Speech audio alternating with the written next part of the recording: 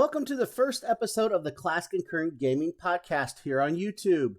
Each week we'll explore a different game, its history, and show you some gameplay of the game. We're starting out from the very beginning with the Nintendo Entertainment System, and Super Mario Bros. 1 is our Episode 1 podcast. Game packaged with Duck Hunt with most consoles, as most are aware. We'll be giving you information about the game while you see it right before your eyes. All the information for this podcast was provided by Wikipedia. Super Mario Bros. Is a platform game developed and published by Nintendo for the Nintendo Entertainment System. The successor to the 1983 arcade game, Mario Bros. And the first game in the Super Mario series, it was first released in 1985 for the Famicom in Japan. Following a limited US release for the NES, it was ported to international arcades for the Nintendo Versus system in early 1986. The NES version received a wide release in North America that year and in PAL regions in 1987.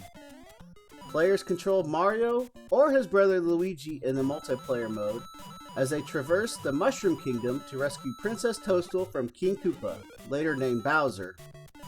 They traverse side-scrolling stages while avoiding hazards such as enemies and pits with the aid of power-ups such as the Super Mushroom, Fire Flower, and Starman. The game was designed by Shigeru Miyamoto and Takashi Tezuka as a grand culmination of the Famicom team's 3 years of game mechanics and programming, drawing from their experiences working on Devil World and the side-scrollers Excitebike and Kung Fu to advance their previous work on platforming quote, athletic games, such as Donkey Kong and Mario Bros. The design of the first level, World 1-1, serves as a tutorial for the platform gameplay. Super Mario Bros. Is frequently cited as one of the greatest video games of all time, and is particularly admired for its precise controls. It has been released on most Nintendo systems, and is one of the best-selling games of all time, with more than 58 million copies sold worldwide. It is credited alongside the NES as one of the key factors in reviving the video game industry after the 1983 crash, and helped popularize the side-scrolling platform game genre. Koji Kondo's soundtrack is one of the earliest and most popular in video games, making music a centerpiece of game design. Mario has become prominent in pop culture, and Super Mario Bros. Began a multimedia franchise including a long-running game series, an anime television series, a Japanese anime feature film, a live-action feature film, and an animated feature film. A little bit about the gameplay mechanics now. In Super Mario Bros., the player controls Mario, the protagonist of the series. Mario's brother Luigi is controlled by a second player in the game's multiplayer mode and assumes the same plot role and functionality as Mario. The objective is to race through the Mushroom Kingdom, survive the main antagonist Bowser's forces, and save Princess Toadstool. It is a side-scrolling platform game where the player moves to the right to reach the flagpole at the end of each level, which he just did. The game world includes coins for Mario to collect and special bricks marked with a question mark, which when hit from below by Mario may reveal more coins or a special item. Other, quote, secret, often invisible bricks may contain more coins or rare items. If the player gains a Super Mushroom, Mario grows to double his size and gains the ability to break bricks above him. If Mario gets hit in this mode, then instead of dying, he turns back to regular-sized Mario. Players start with a certain number of lives and may gain additional lives by picking up green, spotted, orange 1-up mushrooms hidden in the bricks, collecting 100 coins, defeating several enemies in a row with a Koopa shell, or bouncing on enemies successfully without touching the ground. Mario loses a life if he takes damage while small, falls in a bottomless pit, or runs out of time. The game ends when the player runs out of lives, although a button input can be used on the game over screen to continue from the first level of the world in which the player died. Mario's primary attack is jumping on top of enemies, though many enemies have different responses to this. For example, a Goomba will flatten and will be defeated, while a Koopa Troopa will temporarily retract into its shell, allowing Mario to use it as a projectile. These shells may be deflected off of walls to destroy other enemies, though they can bounce back against Mario, which will hurt or kill him. Other enemies, such as underwater foes and enemies with spiked tops, cannot be jumped on and damage the player instead. Mario can also defeat enemies above him by jumping to hit the brick that the enemy is standing on. Mario may also acquire the Fire Flower from certain question blocks that, when picked up, changes the color of Super Mario's outfit and allows him to throw fireballs. A less common item is the Starman, which often appears when Mario hits certain concealed or otherwise invisible blocks. This item makes Mario temporarily invincible to most hazards and capable of defeating enemies on contact. The game consists of 8 worlds with 4 sub-levels called stages in each world. This video will show you the first 4 of those. The final stage of each world takes place in a castle where Bowser is fought above a suspension bridge. The first 7 of these Bowsers are, quote, false Bowsers, who are actually minions disguised as him, whilst the real Bowser is found in the 8th world. Bowser and his decoys are defeated by jumping over them and reaching the axe on the end of the bridge, although they can also be defeated using a Fire Flower. The game also includes some stages taking place underwater, which contain different enemies. In addition, there are bonuses and secret areas in the game. Most secret areas contain more coins for Mario to collect, but some certain warp heights allow Mario to advance directly to later worlds in the game without completing the intervening stages. After completing the game once, the player is rewarded with the ability to replay the game with changes made to increase its difficulty, such as all Goombas in the game being replaced with Buzzy Beetles, enemies similar to Koopa Troopas who cannot be defeated using the Fire Flower. The plot of the game. Following the events of Mario Bros., the game is set in Fantasyland of the Mushroom Kingdom after Mario had arrived through a clay pipe from New York City. In the Mushroom Kingdom, a tribe of turtle-like creatures known as Koopa Troopas invade the kingdom and use the magic of its king, Bowser, to turn its inhabitants, known as the Mushroom People, into inanimate objects such as bricks, stones, and horsehair plants. Bowser and his army also kidnap Princess Toadstool, the princess of the Mushroom Kingdom, and the only one with the ability to reverse Bowser's spell. After hearing the news, Mario sets out to save the princess and free the kingdom from Bowser. After traveling through various parts of the kingdom and fighting Bowser's forces along the way, Mario reaches Bowser's final stronghold, where he is able to defeat him by striking an axe on the bridge suspended over the lava he is standing on, breaking the bridge, defeating Bowser, freeing the princess, and saving the Mushroom Kingdom. Information about development of the game. Super Mario Bros. Was designed by Shigeru Miyamoto and Takashi Tezuka of the Nintendo Creative Department and largely programmed by Toshiko Nagago of SRD Company Limited. The original Mario Bros., released in 1983, is an arcade platform that takes place on a single screen with a black background. Miyamoto used the term, quote, athletic games to refer to what would later be known as platform games. For Super Mario Bros., Miyamoto wanted to create a colorful, more athletic game with side-scrolling and larger characters. Development was a culmination of their technical knowledge from working on the 1984 titles Devil World, Excitebike, and Kung Fu, along with their desire to further advance the platforming athletic game genre that had created with their earlier games.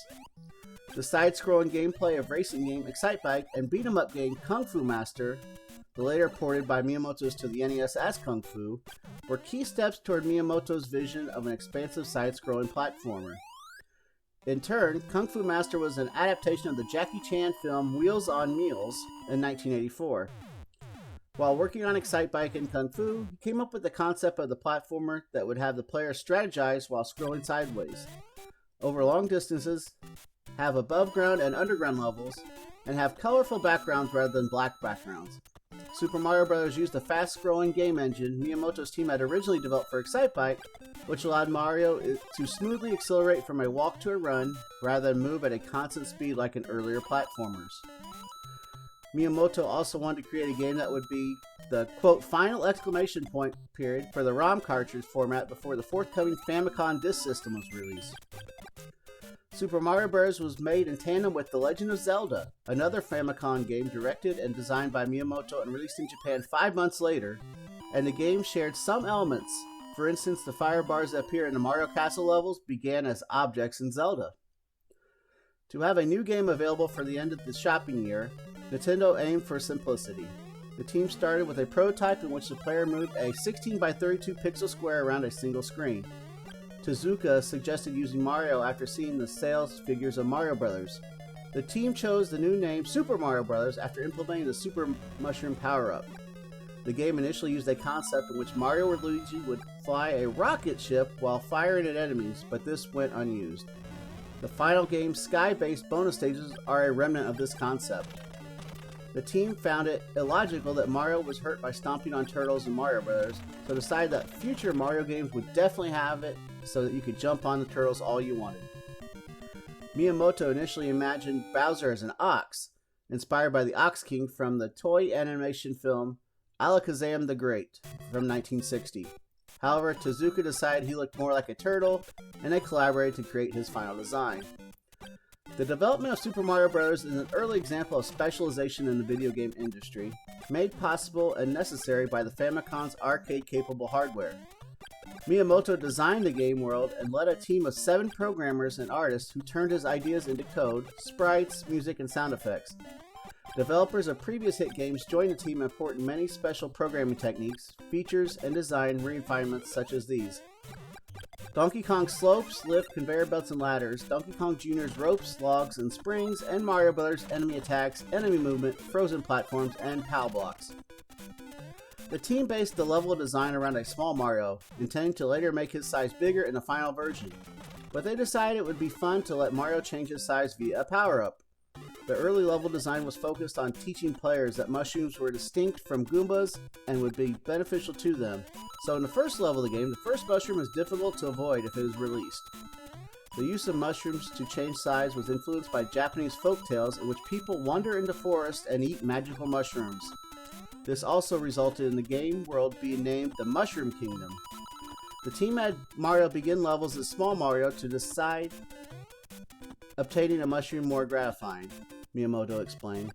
When we made the prototype of the Big Mario, we did not feel he was big enough, so we came up with the idea of showing the smaller Mario first, who could be made bigger later into the game, then players could see and feel that he was bigger.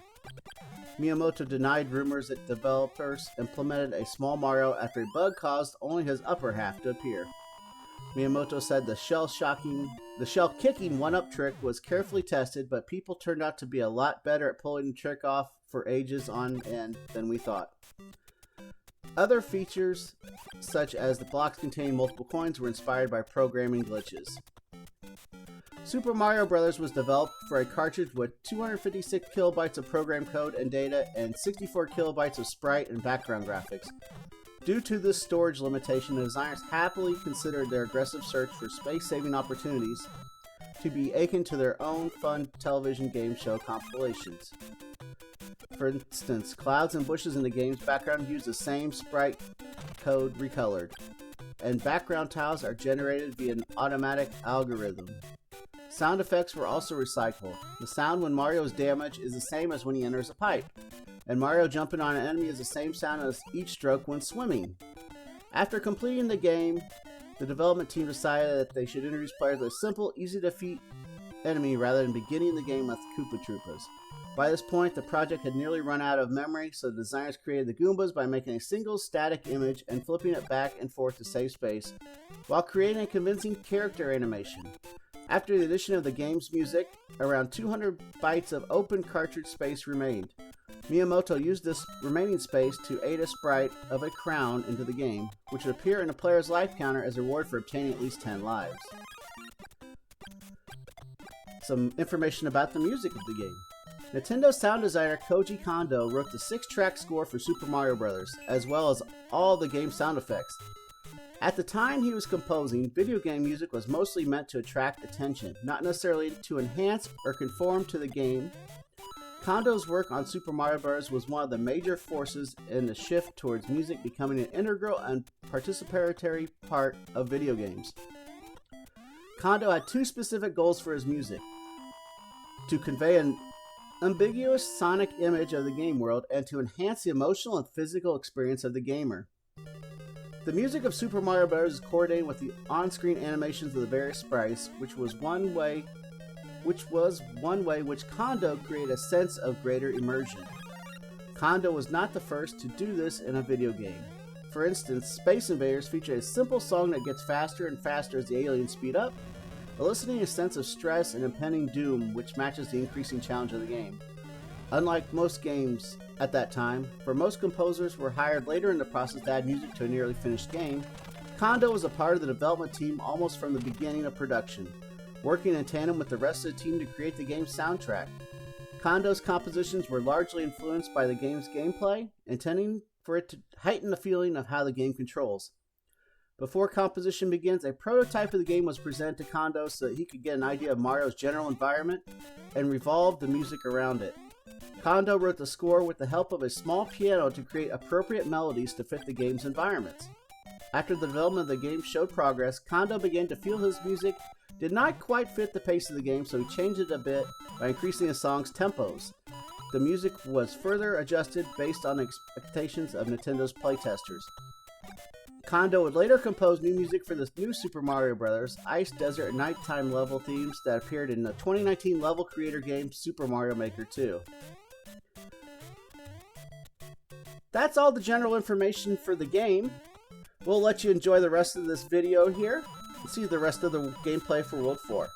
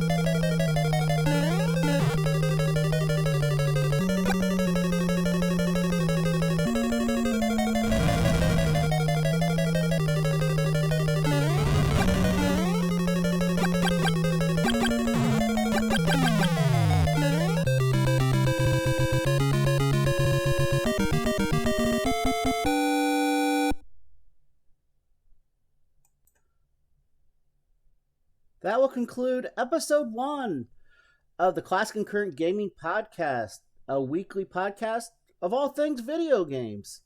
We hope you enjoyed it. If you like what you heard, we're always looking for more input. Be sure and comment on the video. If there's a game you'd like to have us break down, we'd be more than happy to. You can also catch live gameplay over on my Twitch channel. It's twitch.tv/Classic and Current Gaming. We have all kinds of content here on YouTube as well. You saw the podcast today. We have uploads of gameplay videos, and we have a monthly Hall of Fame induction. So be sure and check all that out. Thank you for being here, and everybody have a wonderful day. We'll see you next week with episode 2 of the Classic and Current Gaming Podcast.